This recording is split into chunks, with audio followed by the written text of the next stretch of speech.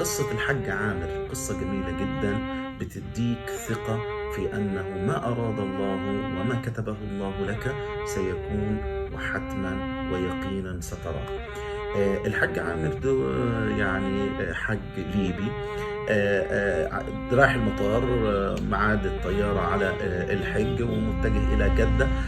جت السلطات الليبية قالت له إن في تشابه في أسماء أمنية، فممنوع من السفر أمنيا. فقالوا له مشكلة بسيطة وهنحلها. انتظر شوية واثنين وثلاثة، ولكن الطيار وكابتن الطيارة قفل الباب الصعود وبدأ يتحرك، ورفض تماما اللي هو يدخل عامر للطيارة. وفعلا أقلعت الطائرة من مطار ليبيا، ولكن عادت بعد ربع ساعة لوجود عطل فني.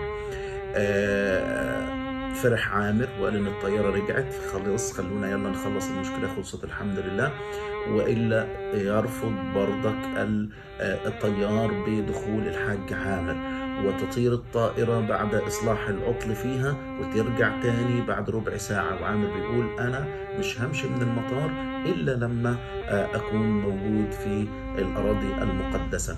وثلاث مرات تعود الطائرة وكأن الله عز وجل سيرها إلى أن لا تتحرك إلا بوجود الحاج عامر على متن هذه الطائرة. وبالفعل في المرة الثالثة رجع الكابتن الطائرة وقال والله لن أقلع من هذا المطار إلا ومعي الحج عامر. وهنشوف دلوقتي الحج عامر وهم بيسلموا عليه في الأراضي المقدسة. يعني كل شيء كتبه الله عز وجل سيكون لك، فثق في ذلك تماما. والله أكبر من كل شيء، والله أقوى من كل شيء، والله سبحانه وتعالى أجمل من كل شيء.